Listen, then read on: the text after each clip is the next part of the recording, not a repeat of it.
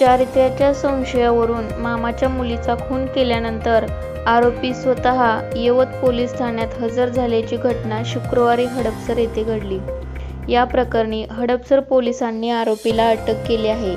राहुल शिवाजी मिसाळ, वय 32, राहणार यवत, मूळ राहणार तांदुळवाडी तामाळशिरस असे त्याचे नाव आहे. तर अनिता उर्फ कमल विक्रम लोंढे, वय 28, राहणार शेवाळवाडी फाटा मांजरी असे खून झालेल्या तरुणीचे नाव आहे.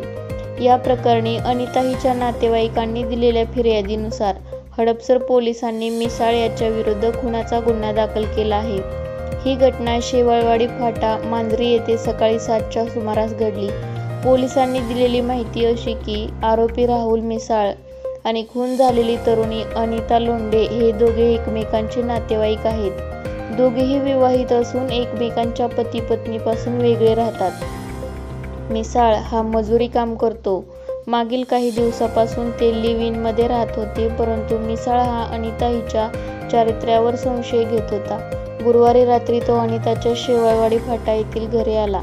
त्यांच्यात वाद झाला. त्यातूनच मिसाळ यांनी शुक्रवारी अनिताचा गळा दाबून खून केला. त्यानंतर पळ काढला. मात्र काही वेळानंतर तो स्वतः यवत पोलीस ठाण्यात हजर झाला. अनिता हिचा खून केल्याचे त्याने सांगितले. यवत पोलिसांनी पुणे पोलिसांना कळवले. त्यानुसार हडपसर पोलीस ठाण्याचे वरिष्ठ पोलीस निरीक्षक संजय मोगले यांनी घटनास्थळी पाहणी केली. तेथे अनिता मृतावस्थेत आढळून आली.